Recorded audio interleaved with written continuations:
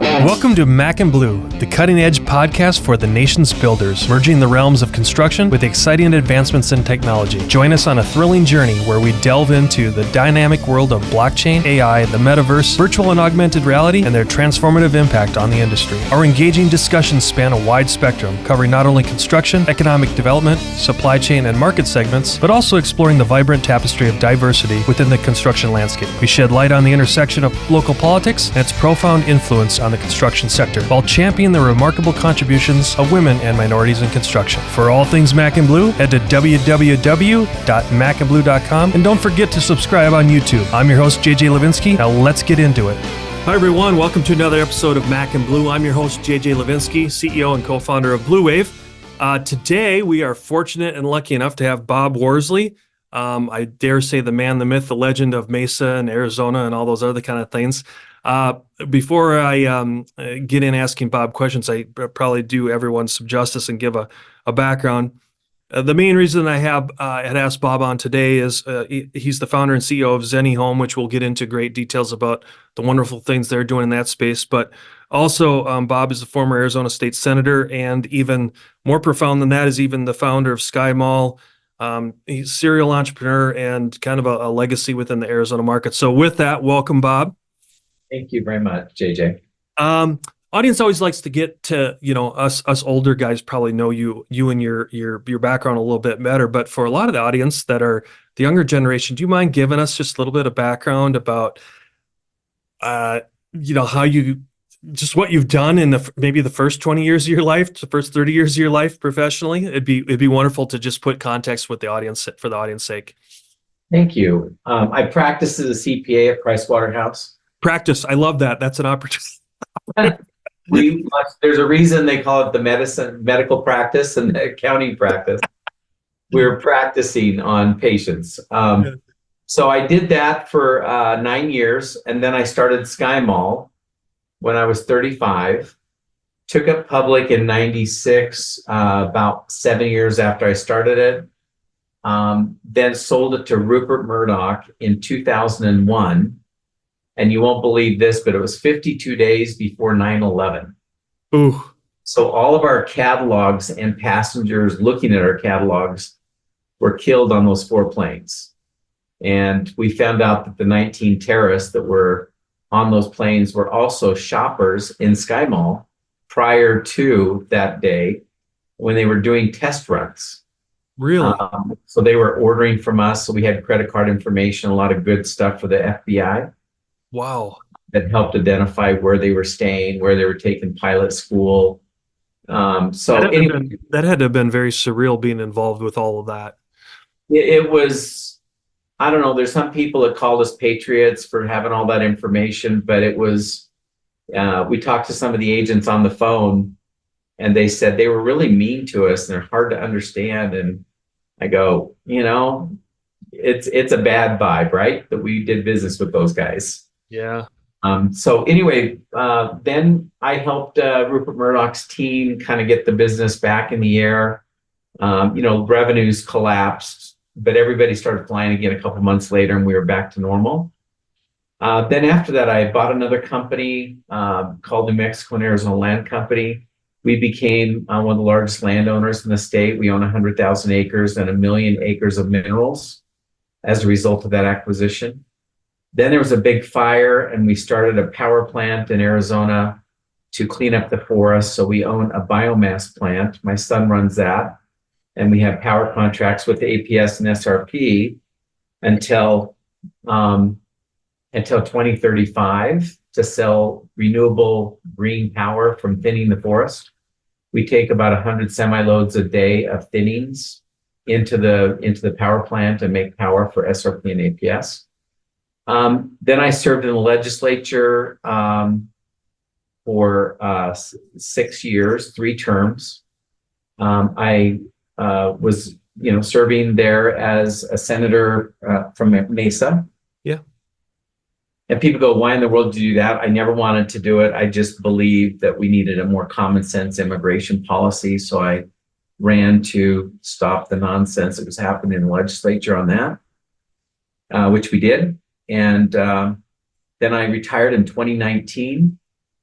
and decided I had one more startup in me, crazy guy. So I started ZenniHome in 2020, and here we are. A very exciting business. Hey, and thank you, Bob, for the summary. Before I get into the ZenniHome, if I can explore a few of the other things, go back because we get on the Mac and Blue show, just so you know, kind of the background was we originally started with this kind of being the ethos of building Arizona. Then we saw that we were getting into different technologies, different things, so that you can see the tagline behind my head where it was building the future. So we looked at anything technology driven, anything that was entrepreneurial related, those kind of things. I think the audience would love to know, Bob, when we go back to the SkyMall days, coming from an accounting background, what was the impetus for SkyMall? Like, was it you sitting around with other individuals? Was it all your idea? I mean, what was that entrepreneurial seed that got that going in the first place?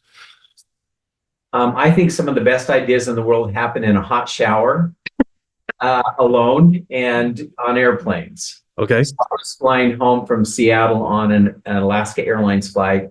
I saw the little catalog that was there that sold Alaska gear. Right. Logo gear.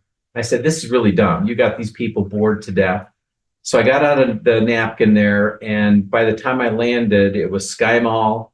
It was a catalog of catalogs that I shopped from at home, Land's End and others, and Hammacher Schlemmer, Sharper Image. And so why are we not selling real stuff to people on the plane? This catalog, the seat pocket's really wasted. Mm-hmm. And all this downtime that people have on the plane. And then there was a phone at the time, GTE Airphone had a phone on the back of the seat. And there was a speed dial number you could dial, *012, *023, etc. I said, why not order from the plane and have it waiting for you at the gate at the airport when you land? Remember, this is before 9/11. Right. So that idea kind of became SkyMall on that napkin. Wow. We landed September 19th. I started working on the business plan on February 16th, my birthday. We had $25 million of venture money we raised, a full business plan approved by the investors, and we were on the planes on October 15th that year. That's so amazing. Really, literally a year and 1 month from the idea on the plane, we were on the airplanes. Wow. It was exciting. And worked out really, really well. The business had to go through a few evolutions. I got Entrepreneur of the Year in 1996 for starting the company, E&Y. So it was quite the ride. I know we could spend a whole hour on this one question alone, but if you could just, again, with kind of your prowess and your experience, there's a lot of people that watch this show that, they're out trying to raise capital. What's the 30 or 30-second or 60-second advice you can give on people looking to raise capital? Do your homework. Put some time into the business plan, the projections. Today is different than then. I'm raising 25 million now. I was raising 25 million back in 1990. Right. So it's a different world. Today I'm talking to more venture capitalists and high net worth family offices. Back then, I was talking to find a venture capitalist back then, they had a blue book that listed all the venture capitalists in the country, published out of Boston, and you had to call or write to them to find them. Today, it's so much easier to reach venture capital firms and get initial screening interviews, etc.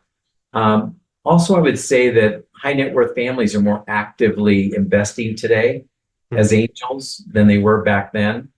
So I think a lot has changed from 1990 to 2024. It's easier to raise money. I think it's easier to reach out. Today we can do crowdfunding. That was not available back then. Without going public, you can still do crowdfunding. We've raised almost $3 million in crowdfunding. And it's kind of fun to include people that can only invest $250 in your round, which we've taken 1,400 investors this time. That's incredible. No, thanks for that advice, Bob. Switching to your time in politics, which I think you did a great job of kind of talking about how you really didn't want to, but yet you wanted to effectuate change over here as you saw it. You also, if I can, Just so everyone knows, Bob wrote the book, The Horseshoe Virus, correct, Bob? Yeah. And I know a little bit about that. And if I can summarize it, I might not be using the best words, but as a conservative, you were kind of a moderate in that you were willing to get action done by being able to work across the aisle, so to speak. Again, in summary, what was that book about and predicated upon through your own eyes? I'm the chairman of the ABIC organization nationwide now, which is American Businesses for Immigration Coalition. As a businessman, we need immigration. Right. And we have a really crappy system. It's broken. It takes 17 years for a person in Mexico to come to the United States legally. And so what happens is there's lots of jobs here and great pay, and people try to come any way they can, either come on a visitor's visa and they'll overstay, which most of them do, or they try to cross the desert, which is very, very difficult and dangerous. So I was a proponent for good immigration laws. People could get a visa in Mexico at the embassy and come over the border legally. The problem is we refuse to pass the laws that would make that possible. So, and the reason I found out later is that there's a far left and a far right group that all are on the same page. Right. And horseshoe virus is this crazy idea that the far left and the far right actually collaborate, and they don't let bills pass in Washington to clean up immigration and make it legal to come legally. And so what happens is the illegal immigration, because of the pressure, I call it hydraulic pressure behind a dam. Yes, sir. It's so intense to get here, to get jobs, and we don't have a good spillway to send them through the gates with legal papers. And the far left doesn't want more people here. They think we're overpopulated. They think we're overtaxing our resources here. And so they're like anti-immigrant because they're anti-growth. They wanted fewer children born, et cetera. It's been around since the 70s, population boom. Right. So the far right tend to be a little bit more of a white majority population that they want to keep. And so they don't like brown-skinned people, Muslims, Catholics from Mexico, people from Indonesia or the Philippines, Chinese, you name it. Throughout time, Americans have rejected even Italians and Irish. And my book talks about all those different groups that we didn't want here. And so we passed immigration laws to stop them since 1905 or something. So we have a tendency on the far right to think that there's a certain perfect waspy white population that should always be the majority in America. You know, that we're Anglo-Saxons and Protestants and, you know, or evangelicals or whatever, and we should be the majority in America. And when you start diluting that with brown Catholics from Latin America or wherever they come from, then we get uncomfortable with the population and we get uncomfortable with the voting that might change in the future with those people being majorities. So that's kind of those two groups kind of work together. And so you see Bernie Sanders voting against immigration, and you have Ted Cruz voting against immigration, or Tom Cotton, or other people that are more far right. And you go, why are those guys voting the same? And it's because of the horseshoe virus. There's people on both. There's a horseshoe, and the two ends of the horseshoe kind of touch almost on certain issues. Immigration is one of those. Thanks for that explanation, Bob. A couple questions around that one then. One, until as a businessman and an entrepreneur, did you see the full effect of that until you got into office? I mean, or did it really resonate with you once you got into office? Well, I could see it in my church, Right. A lot of Hispanics that had to leave the state as a result of this. But from a business perspective, I became acutely aware of this catch-22. If you talk to anyone in the construction business today, anyone, they think immigration's just absolutely a deal killer for them to get jobs done. The Hispanic community works hard in 120 degrees. You talk to dairy farmers, they all need these workers. So we're all looking and shaking our heads going, what the heck are these guys thinking on the far right and the far left? We need these people here. Right. We don't have enough children that want to do those jobs in America that we can even backfill people that are leaving the workforce. So it's an impossible formula to have no immigration. It's impossible to run America without it. And yet we are doing it. We're doing it because of these weird extremes. Agreed. So as you know, pro construction, pro business podcast here. My next question is, based on that, your book and the time that you were in office, I'm sure there's a lot of people that are watching that would want to go, hey, Bob, that's great. Who can I follow now that's now championing that? Are there names or groups that are now championing or carrying on your legacy that this book kind of set as a tone in that political space that they can follow? And if so, do you mind sharing some advocacy groups or names to share on the podcast here? Well, first of all, I'm chairman of this group, and I would ask everyone to be supportive of anything we're doing for businesses that want immigration solved. I don't like it, illegal immigration, any more than anyone. Right. But let's put something out there that works so that we don't have illegal immigration. And we won't pass those bills. And so we're working with Kristen Sinema right now, Senator Tillman. I mean, we've got a group of bipartisan Democrats and Republicans right now that are trying to get something done. And what the House is doing is, for new Speaker Johnson, he's got this really radical Freedom Caucus, and they don't want to give money to Ukraine unless Biden is willing to do the radical stopping of immigration, right? Mm-hmm. And not passing. We don't want to legalize DACA kids. We don't want to legalize spouses of legal citizens that have spouses that they've married that are illegal.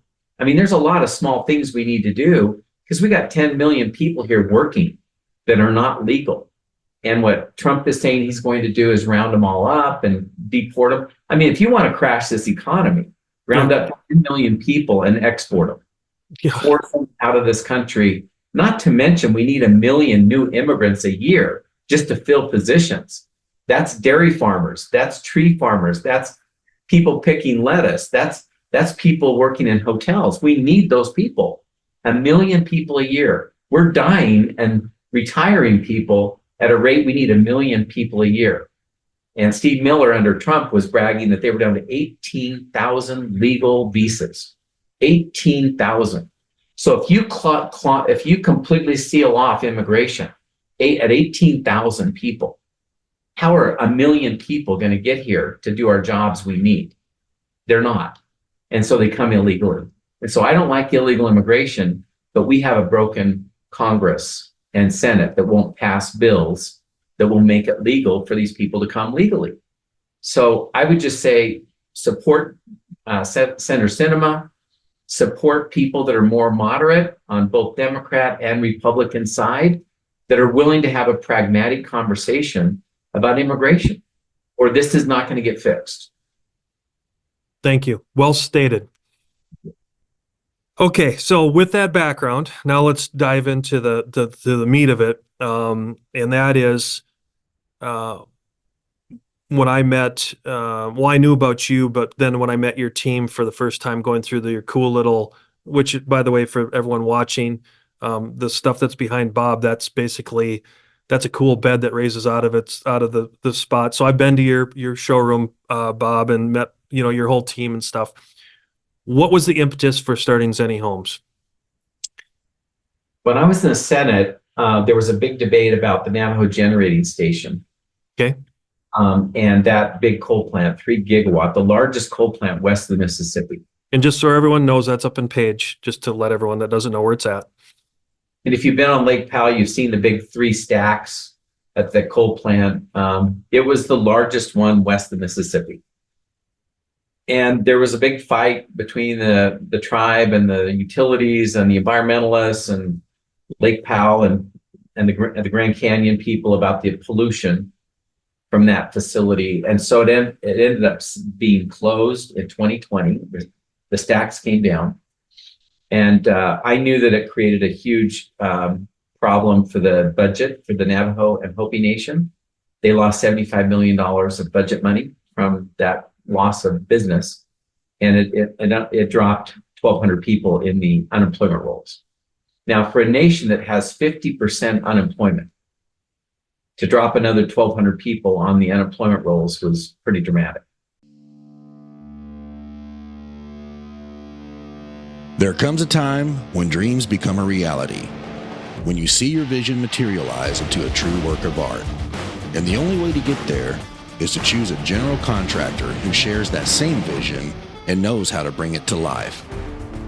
At Blue Wave, we aren't so big that we've forgotten where we've come from, and we aren't so small that we can't care for your projects regardless of their size.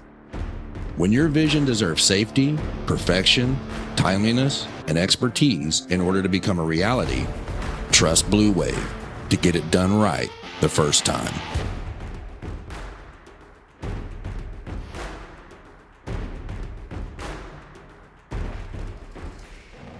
Yeah. So when I started the company, we were thinking of building these in China, and that was a disaster, not doing that. We're glad we didn't do that. And so we looked for a U.S. solution. We looked at a maquiladora in Mexico, and I'm afraid of the cartels in Mexico and what might be in the walls of my house coming in from Mexico. And so smuggling might not have been the worst thing, Bob, but I'm just saying. So we looked, my wife and I drove down to Page and said, let's look at these buildings, this 1,000 acres that was part of the Navajo generating station. Long story short, things went rapidly into, let's put the plant here. Okay. The reason I didn't choose Salt Lake or Phoenix or Vegas is that any new plant, including the new Taiwanese semiconductor plant, is you can't get workers. There aren't workers. And so people are recruiting from prison to get plant workers for Lucid and other factories that open in Phoenix. So when you're near full employment, I didn't want to open a factory and be fighting to get someone to come to work every day. So we opened in Page, and we've got 135 Navajos coming to work every day. We have 300 wanting to come to work, resumes. These are code electricians, code plumbers, code welders. And we just had a great experience with these folks being grateful for jobs coming back after losing them with that plant shuttering, the coal plant shuttering. So we chose that. We're happy we're there. We have great facilities, great workforce, and it's going very smoothly there. So thank you. Back to the inception though of ZenniHomes. What I know the answer, but I want to again. I'm kind of asking rhetorically for the audience sake. What does ZenniHomes mean, and what was go back to the purpose though, Bob, of like why this product and what did you see it in? How did you see it in totality with the business plan? 6.5 million homes short in America today. 6.5 million. Yeah. Just a small number. Yes. We have tripled home prices since 2000. After the collapse of the housing market in 2008 in Arizona, we stopped building at the rate we were building before for a long time, almost a decade. Mm-hmm. And so we created this shortage. And then interest rates double mortgage rates in just the last year. So now you basically have the loss of the American dream for your children and my children and our grandchildren. They cannot afford a home. A starter home today is $400,000. The interest rates today are outrageous. So how can a kid making $15 an hour afford a home? For what that's worth, how can they even afford to rent? Exactly. And so you have basically the number one largest sector of our economy, $2 trillion residential home market that's not available anymore to a first-time home buyer. And that is the end of the American dream. That's where most of us took.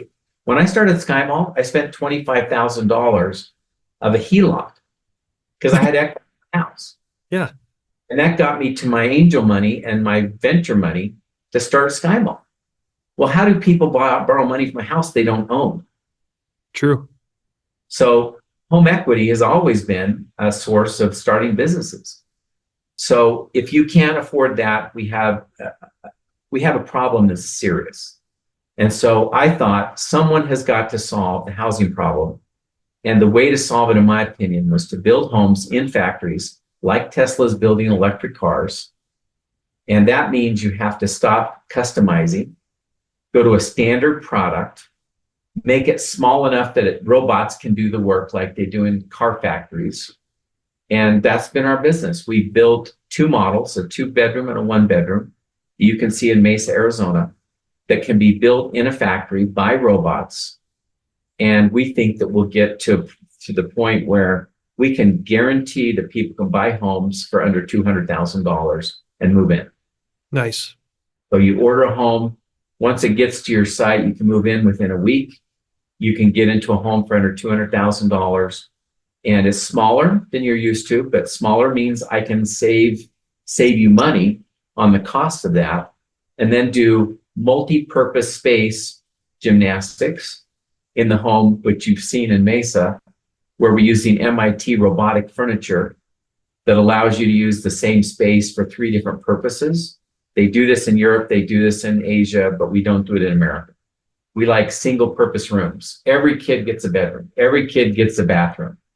And that just has blown up the cost and size of our homes. We need to shrink back if we want affordable housing and use multi-purpose rooms for living, and we can get back to smaller. In 1950, JJ, 5 people lived in a 950 square foot home. 1950, 5 people lived in a 950 square foot home. Today, 3 people live in 3,500 square feet. So what happened? It's the same earth, it's the same air, it's the same gravity, it's the same state of Utah or Arizona. And why did we suddenly go from 950 for 5 to 3,500 for 3? We just kind of lost our way with the size of homes. Yeah. McMansions are standard. Starter homes are too big, too expensive.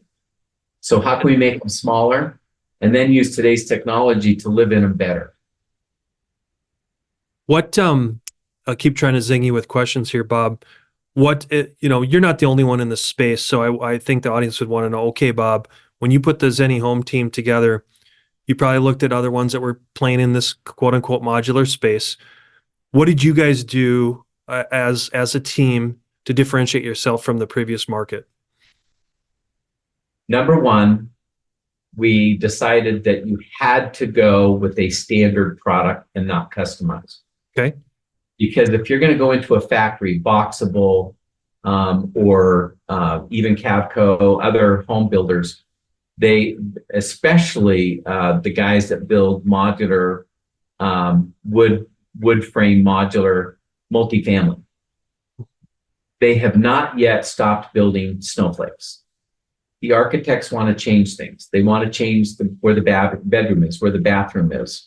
And so what happens is every new apartment building that goes into that factory either needs to be a panelized house, like Katerra did. Right. It's lost $3.5 billion of SoftBank money, panelized homes, or you're asking the robots to reprogram because the wall has got a different opening in it and the plumbing's in a different place than the last building you built. And so we said no one in the housing industry has got serious, like the car industry, about a model that doesn't change. You can paint it a different color, but it's the same Model Y. It's the same Model X. It's the same Cybertruck. And you'll change a model every couple of years, but you can't change a factory on every building. And we keep doing that in the factories of housing today, all over America. We keep changing. One company I talked to the other day has 10 models in one factory. So the workers in this station have to change tools, look at the plans, see what they're doing different today. But you can't build at scale unless you go standardized. And we decided we will be standardized. The second thing we said is you can't use wood. You have to use steel. Henry Ford stopped building out of wood. Wooden carriages were the first cars. They went to steel for a reason. Wood cracks, splinters, is twisted. I don't care if you get Class A lumber, it's not great in a factory because robots, need something that's going to be in the exact same place every time. So we left wood, we're all steel. And those are the two biggest things that we did. We formed two products, a 1 and a 2 bedroom home. And we're telling people, we're not customizing these for you. We're really sorry, but we're not going to customize these. Buy from a custom home builder, buy from a custom home multifamily developer, but we're going to stay with two models. And the same thing that goes out as a subdivision home, the same exact box can go into a multifamily home on the 6th floor or the 5th floor of this building. And we're going to build the same thing over and over and over like cars get built. And that's radical and never been followed as a practice in America. Nice. Next one, for those that don't know what you're doing, can you elaborate on downtown Mesa of what your kind of pet project is down there? Not where your demo is, but you know what I'm talking about. Yeah. So we wanted to show the world three things.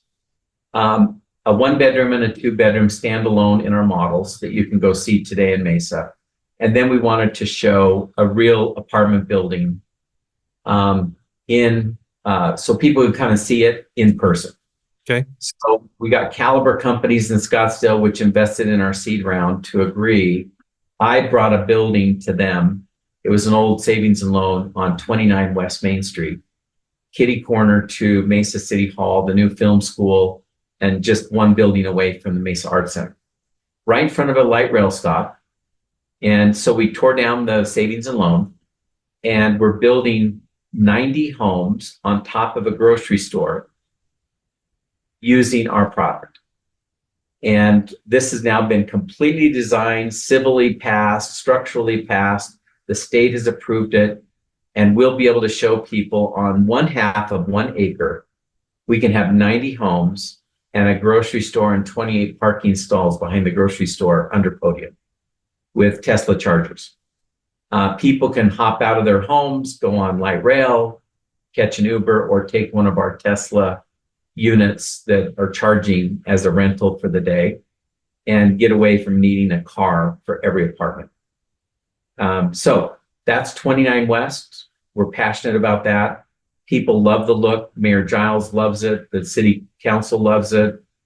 This will be probably filled with kids at the film school across the street and adjunct professors from the film school. Okay. Living in this new modern way, smaller robotic apartments that are not needing to have all this parking for cars.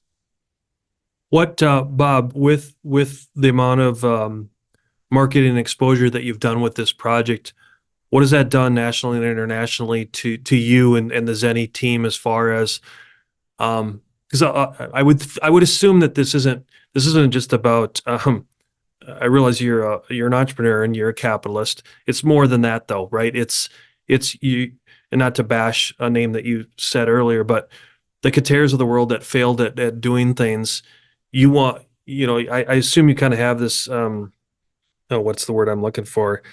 Kind of this holistic solution that you're trying to implement into the marketplace. And how is just implementing this, putting your own money, getting Caliber involved, getting this 29 West off the ground, what has it done as a catalyst to everything that you deal with day in and day out? I think the audience would love to hear what more global impact that's had, even if it hasn't come to fruition yet.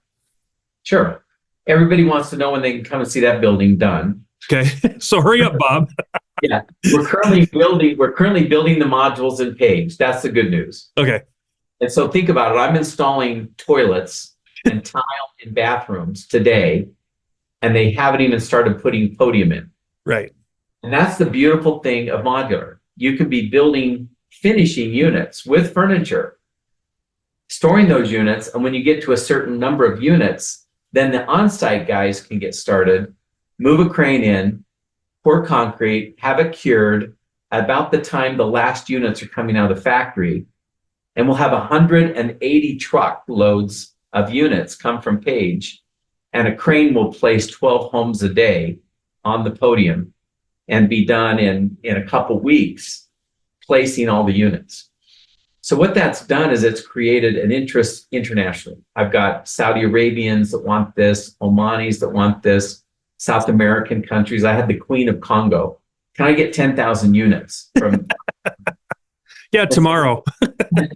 Today we have 61,000 units in the soft order pipeline. And Florida, New York, Canada, people want this product now. And they have to wait until they see it in real life, hear what the contractor went through to build it, to put it together, make sure our bolts between each unit are lined up, so that there's no welding or major shifting that has to be done. Everybody wants to see all the learned on this first building. Got it. And then I think we're going to have way more business than we'll be able to fulfill, no matter how fast we try to work. On that, Bob, the naysayers and the people that are throwing darts at you, you always get the questions, and maybe you can answer these to the best of your ability. How can you uniformly cover all the codes around the country or the world in regard to that? That's question number one. And then question number two is, geez, Bob, logistically, how do you make this work? How do you ship from Page? Is it trucks? Is it intermodal? What if you have to get to Long Beach? So can you address those two issues for me, please? Sure. We are one truck day on a regular semi. No building permits. No trip permits. No pilot cars. These ride on the back of a semi like a container. So you went to the maximum width, right? That's the engineering model? No, we went to 8 feet wide. All right, sorry. I meant conventional though. Yes, sorry. Conventional. Yeah. So it doesn't go 1/2 an inch off the side of a semi. Got it. And it's 40 feet long or 20 feet long, which fit on a 48-foot, 53-foot trailer, whatever. So these are standard logistic units that can go on a train, a ship, or a truck. Got it. And within one day, I'm in Long Beach. I can go on a container ship. I can go on a train. I can hop on in Flagstaff and ride all the way to the East Coast on a unit train, like a container. Nobody's doing this. You can't do this with any other factory in America. So we doggedly stayed with the parameters of logistics that work worldwide. Page is within one truck day of 90 million population, all of Southern California, all of the Wasatch Front in Utah, all of Las Vegas, all of Nevada, all of Phoenix, all the way to Tucson, all of New Mexico, most of Colorado, a lot of Texas. So one truck day, that's 11 hours of driving for a truck driver, with a container on the back of his truck, he's able to hit 90 million population from Page, Arizona. It's 5 hours to Salt Lake, 5 hours to Phoenix, 4 hours to Vegas. It's not bad. And then all of Southern California within 11 hours.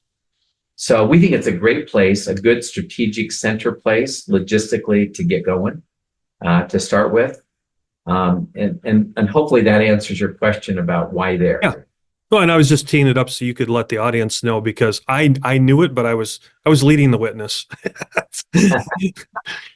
So now, I do have to ask you this though. I'm very familiar with the rail capabilities in Flagstaff. Was that just a bonus, or was that part of the strategic plan for that intermodal transportation? It's kind of a bonus. Okay. We also have a light rail that we have rail siding on in Holbrook. Okay. The Apache Railway, owned by Steve Brophy. Got it. We are on that, so we could even line up a whole unit train of our units and get on the BNSF right there in Holbrook. Got it. The Apache Railway is 29 miles of rail. Yeah. The short line railroad there that we are part of as part of our biomass facility. Yeah, it's a bonus. it's a bonus to be there. There comes a time when dreams become a reality, when you see your vision materialize into a true work of art. And the only way to get there is to choose a general contractor who shares that same vision and knows how to bring it to life. At Bleu Wave, we aren't so big that we've forgotten where we've come from, and we aren't so small that we can't care for your projects regardless of their size. When your vision deserves safety, perfection, timeliness, and expertise in order to become a reality, trust Bleu Wave to get it done right the first time.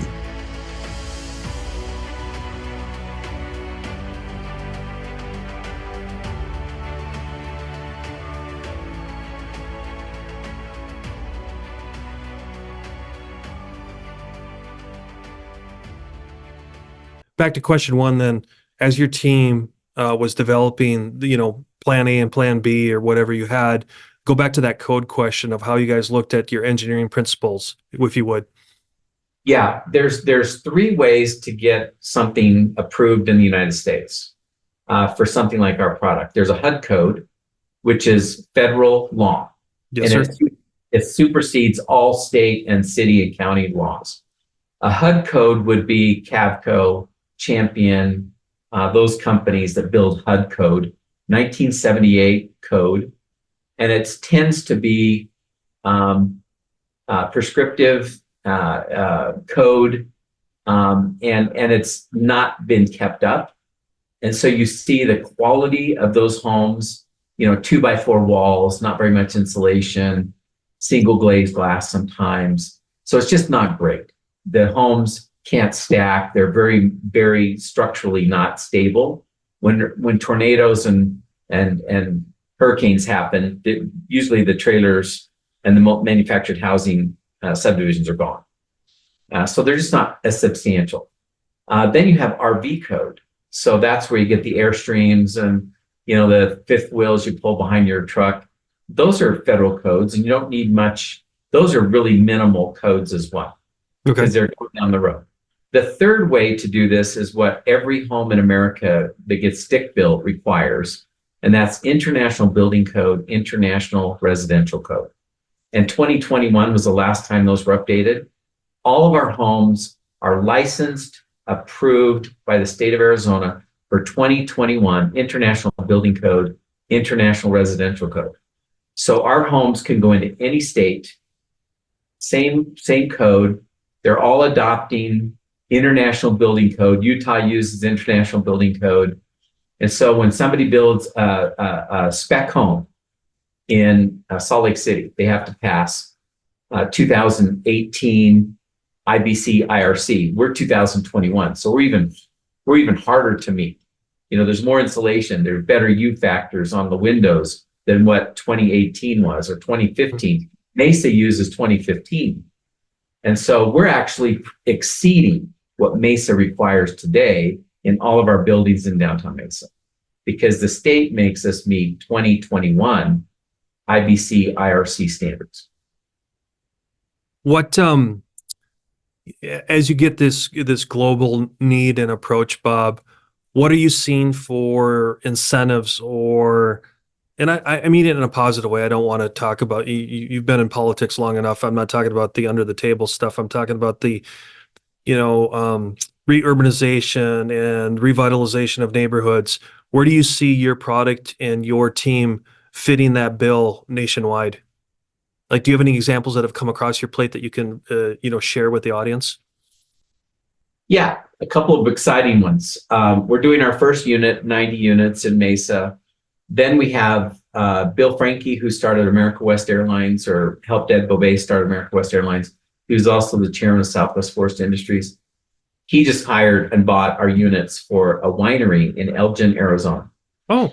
So there's 9 beautiful casitas at the winery where they have a beautiful restaurant. It's a 5,000 feet, beautiful winery down there. That's our next project. And then right behind that is 80 low-income housing units in Phoenix, another big building that's been approved by the city of Phoenix. And then beyond that, the Navajo Nation wants 1,000 homes. So we're busy through 2025 just with those projects. But in the meantime, FEMA has asked us, and the LDS Church and others we're talking to, the city, Lahaina, that burned to the ground in Hawaii. Yes, sir. They don't have housing. They need 4,000 homes. So we're working with them to put our units on the boat in Long Beach and deliver thousands of homes in Maui. Interesting. We've got a developer in Salt Lake, Wasatch Group, that wants 144 senior homes on Oahu because they don't have workers in Hawaii. You know, the union there is strong and they just don't have workers and everything's super expensive. Hawaii is incredibly expensive per square foot to build. And so they love the idea that the Navajo homes can come in at $90,000 and $125,000 per door for a project, a stack project, or just individual residences, way cheaper than it would cost to build in Hawaii. What about, what about, and I'm sure we could go down a ton of rabbit holes here, Bob, but what about, the first thing that came to my mind was student housing, because again, universities, it's not getting any cheaper, and the military. Have those two verticals also approached you, either one? Absolutely. Okay. President Crow would like to see one of our units, like 29 West, over at ASU Polytech. The gateway, right? Yeah. Yes. They need housing, student dorms over there. I've been on the phone all morning with the Dean of Engineering at the U of A. They need dorms in Tucson. The University of Utah, the president, I need 5,000 dorms. How soon can I get them? 5,000 dorm rooms at the University of Utah. And it goes on. Okay. UVU, BYU, everybody needs housing. So the dorms are going to happen. The military is interested as well. Barracks, CIS is interested. We've got all these people at the border that need temporary housing. There's FEMA that wants things after hurricanes, after tornadoes. How many of these can we get? How soon can we get them? So there's a lot. And then the Native American nations. Right. We've now had Choctaw, Yavapai, hearing about what we're doing for the Navajo. How can we get these houses? The Shoshone Indians. So this will be something First Nations in Canada need it. So there'll be a lot of that in addition to market rate. The other thing that's really blowing up, 26% of homelessness. Salt Lake City, last year, 26% increase. Okay. People are falling off the bottom rung of the economic ladder with the cost of rent and the cost of mortgage payments. They're living in cars. They get their car repossessed and they're homeless. 26% in Utah, Arizona, California. 26% of more people homeless. What do you get? You got to get them houses. How do you get them houses? So have the large BTR conglomerates approached you as well then? Yes. Okay. So the largest is Invitation Homes. Jerry Coleman, the founder, is on our board. We've got a deal with Dallas Tanner, the CEO out of Dallas. They have 100,000 homes nationwide that they own. American Homes has 50,000 homes nationwide. How would you like to put another rental in the backyard of a single family home that has room in the backyard and have another $1,200 per month rental in the backyard? It's a no-brainer. Right. And so we're doing 20 in Southern California, 20 in Arizona just to start. And then they know which lots in all of their 100,000 homes have room for an ADU in the backyard. Makes sense.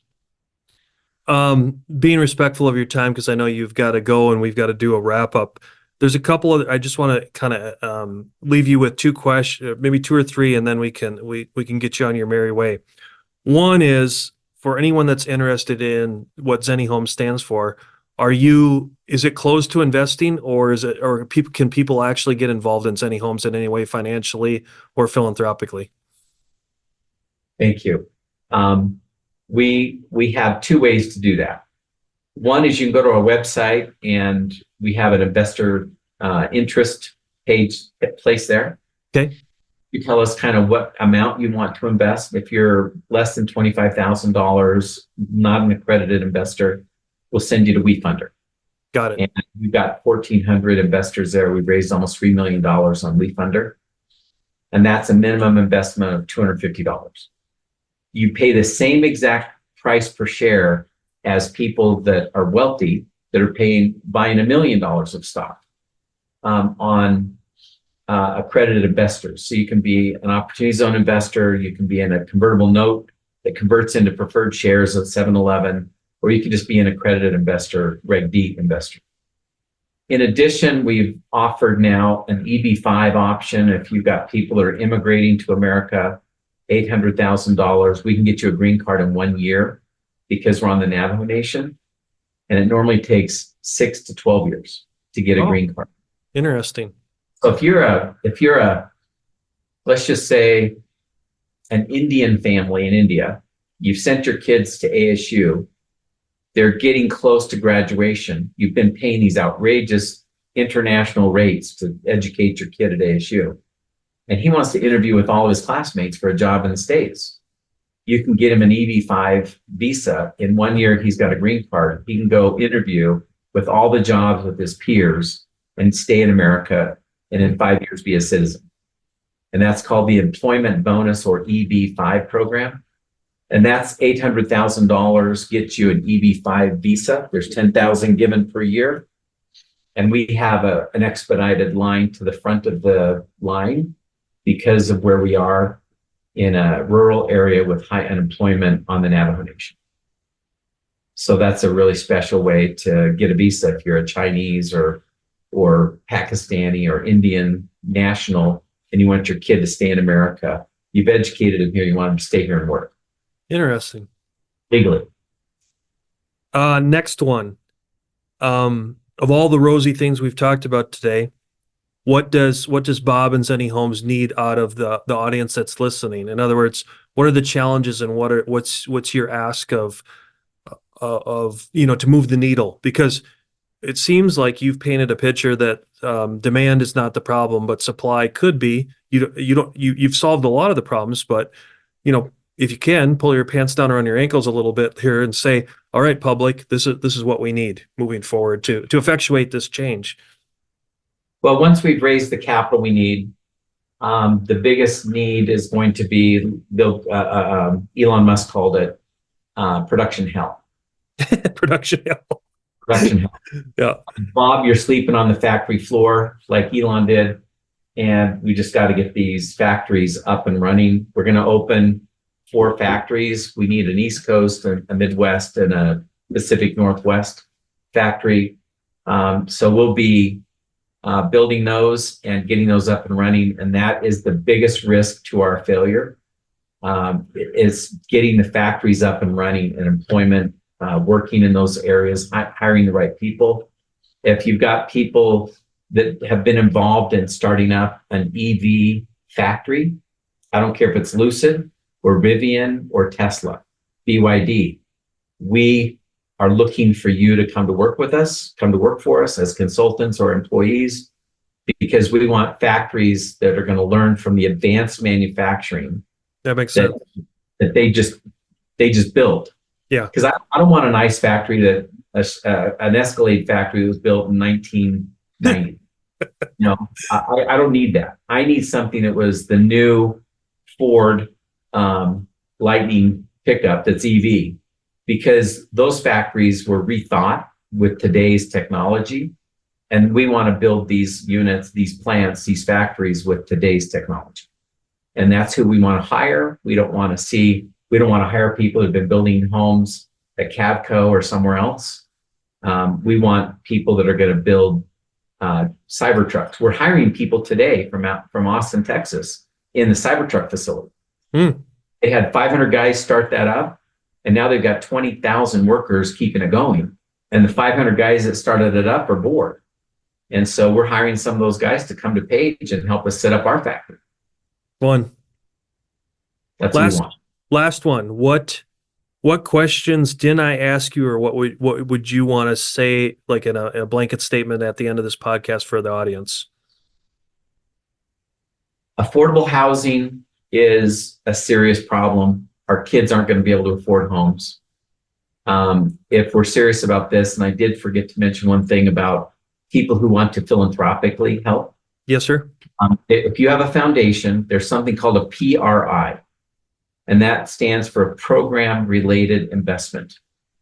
We have a lawyer, Candace Mashad, the best in the state. She's done most of the big family foundation documents and IRS filings. We can do a PRI with you, and you can have your family foundation that is 501c3, IRS, charitable organization. You can invest in ZenniHome as a program-related investment that will not blow up your tax-exempt status, and you can still make money off the stock in the company because the IRS has a clause that allows you, as long as it's a program-related investment, your desire to help people get into homes and find affordable housing, homelessness, etc., you can make the investment in our company. It helps the Navajos, and it checks all the boxes that you don't blow up your IRS status as a 501c3 nonprofit. So call us, we'll work with you on a PRI, and you can invest through your foundation. Nice. And then again, is there any call outs or anything else you want to end the podcast with then, other than that statement? No, that's where we are. Okay. Well, Bob, thank you for taking time out of your very busy schedule. Thanks for all that you've done for the state and even as an entrepreneur as well. And can't wait for this to be released and let the audience enjoy listening to you and see where ZenniHomes can take us. Okay. So thanks again, Bob. You've been listening to the Mac and Blue Show, brought to you by Blue Wave General Contracting. Be sure to subscribe to the Mac and Blue podcast on your favorite podcast platform. Follow JJ Levinsky on LinkedIn and Instagram. Tune in every Monday